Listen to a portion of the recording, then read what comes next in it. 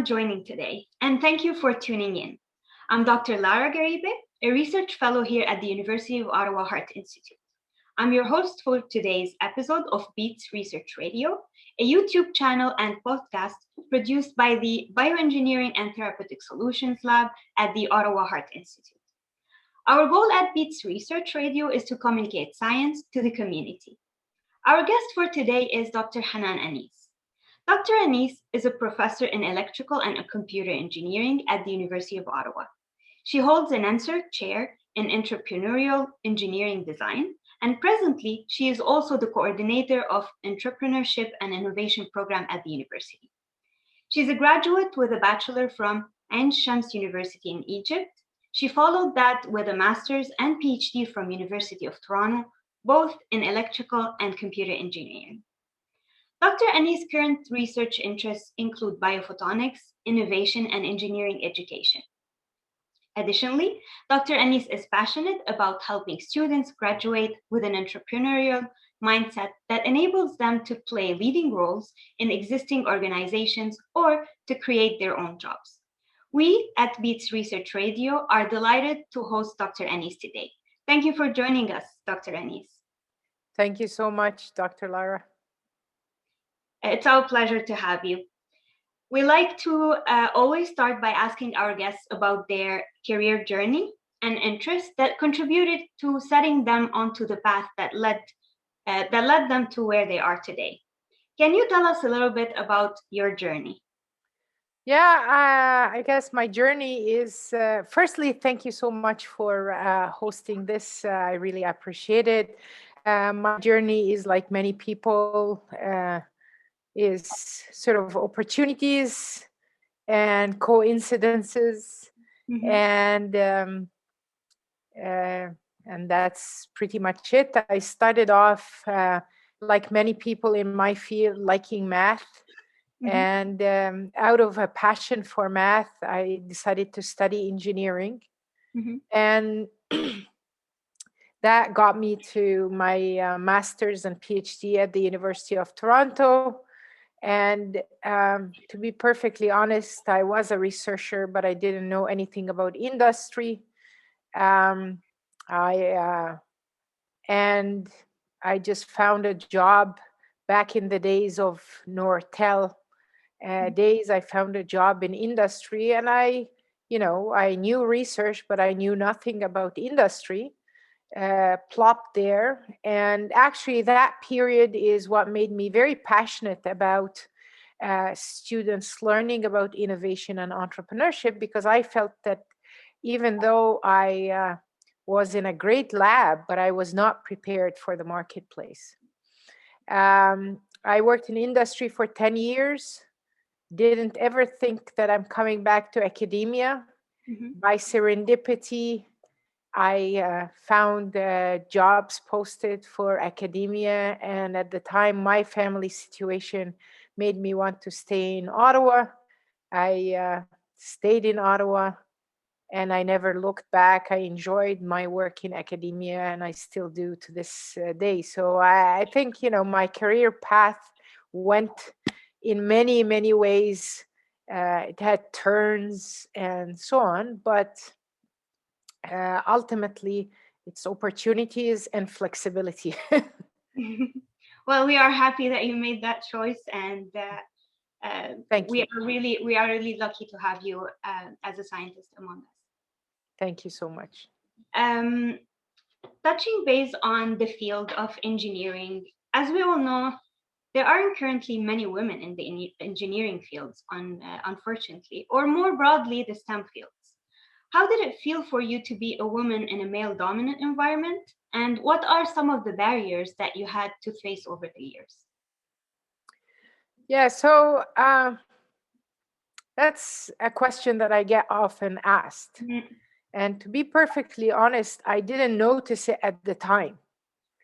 I was back at the University of Toronto. I was the only female over 300 male. Oh, wow. And then somebody, a couple of years in, they said, how does it feel being the only woman? I looked around and I realized that I was the only woman. So, it didn't affect me. It was not a big factor for me. However, as I grew older and I had more experience, I started seeing these sort of, when somebody tells you, oh, you're assertive, you don't know, is this good or bad? you know, if you tell a man that he's assertive, it's really good. But if you tell a woman that she's assertive, you're not really sure. So, I would say I'm older and much more aware of these things. As a young scientist, as a young engineer, I had no clue. I just marched in my own direction, and being totally oblivious to what was around me, I think helped. Um, People are more aware of the issues right now. When I was in school, people were not aware. Um, and I think we're at a juncture, not just for women, but just for anyone who is a minority group in this time and age. It's a good time because people are much more aware. There are discussions about these topics, and while we have a long road ahead of us, whether it is for gender or for race, uh, I'm delighted to see that people are having really in-depth discussions, and they are not shoving this under the table and just pretending that nothing um, is happening. One of the things that I also think is that a lot of women, my generation, who have been used to this, have been trained to get on with it. So, oh yes, it is like that, and let's just not talk about it and move. I do believe that we should talk about it and we should deal with it. It doesn't make it like I'm not sort of saying, oh, every problem we need to hang it on the card of race or gender. But the more we discuss this and the more we work actively to solve these issues, the better it will be for the younger generations. I totally agree on that. You are now the director of a new master's program at the Faculty of Engineering. Can you tell us more about the decisions that are made at that level to further the advancement of student learning and early career development? And maybe tackle a bit about this new master program. Yeah, so I believe the master's you're talking about is called the Masters of Entrepreneurial Engineering Design. Yes.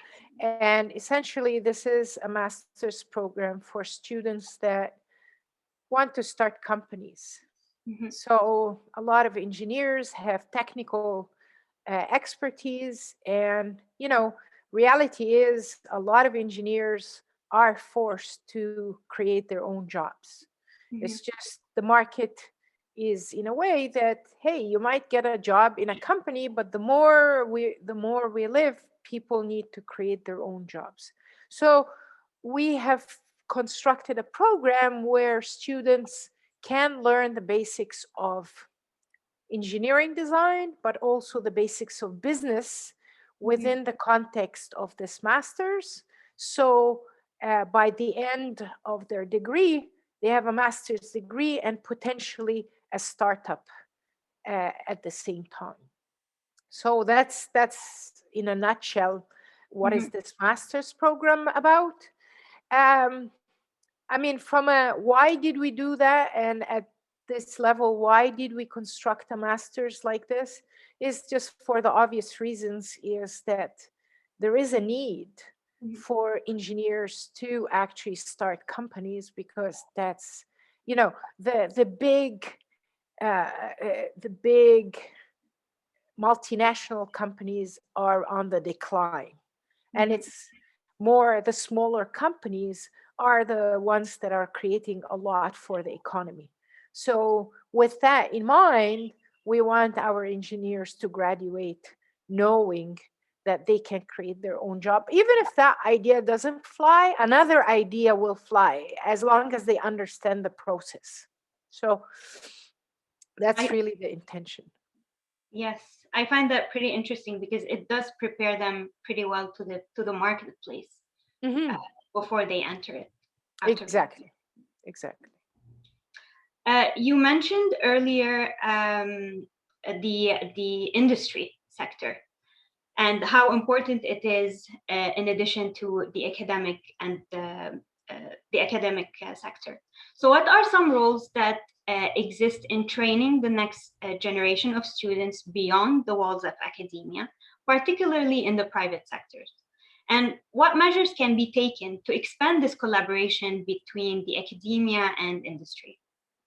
Yeah, I think for engineers in particular, that relationship needs to be very strong from the beginning, Mhm. from the first year, um, all through the 4 years. Engineering is very applied science, just like, for example, medicine. Can you imagine a physician stays in the confine uh, of a medical school without ever seeing a patient, Yeah. right? So this is an equivalent, not as much as as a physician, but really, how could they go and work in industry without really understanding what industry needs are? Mhm. So we actually work with industry quite a bit.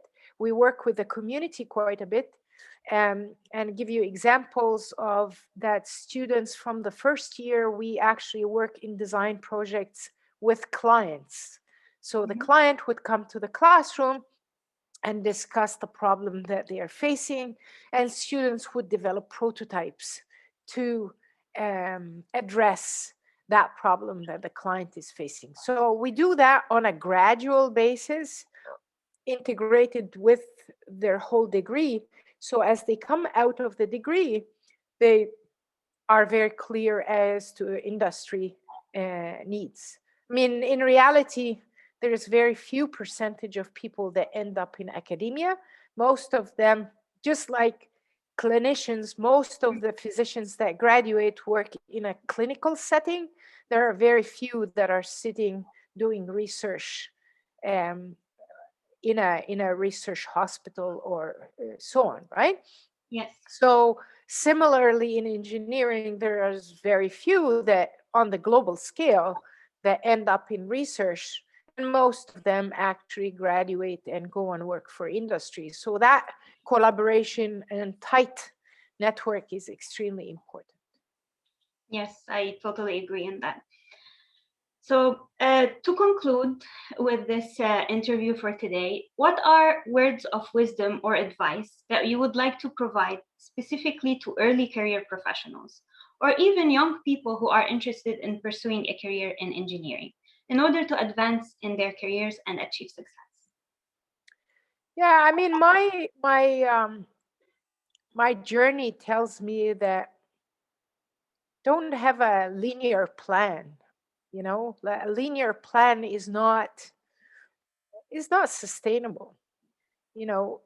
Just be flexible, and sometimes, you know um, sometimes people think, oh, I'm going to do this, and then I'm going to do this, and then I'm going to do this, and they're puzzle builders. Mhm. If one piece of the puzzle doesn't work, then there is nothing that is working. Mhm.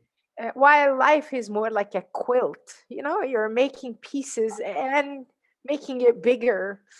And I have seen that over my career I was interested in different things at different times, and that doesn't need to be bad. It needs to be part of who you are and part of your journey.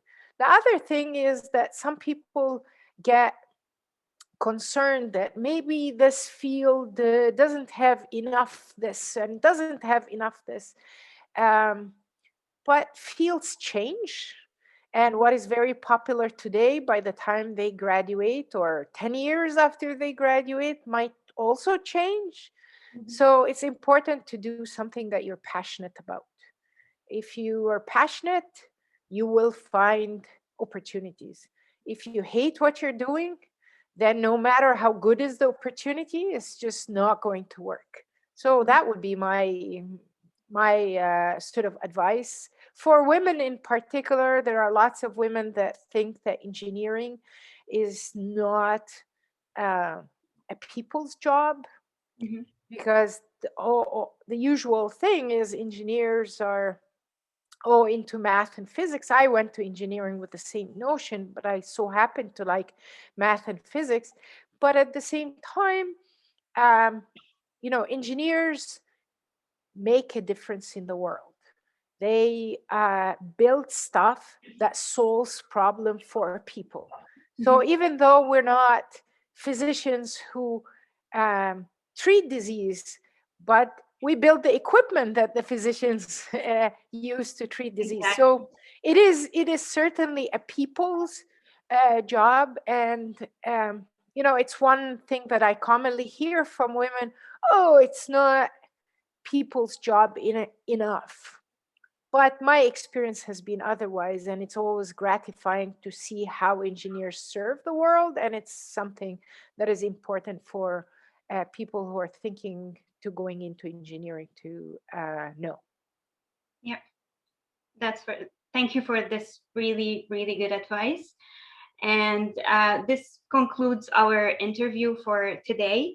Once again, I'd like to thank you, Dr. Hanan Anis, for this informative and fascinating talk with us regarding your role and journey in academia, engineering, and your efforts with advancing student training. On behalf of our director, Emilio Alarcon, and the whole BEaTS Research Radio team, thank you all for tuning in. Don't forget to subscribe to our YouTube, BEaTS Research Radio, and podcast channels, and we'll see you again with another Science for the Community episode. Until then, stay safe and see you very soon. Thank you so much, Lara. Thank you. Thank you, Dr. Anis.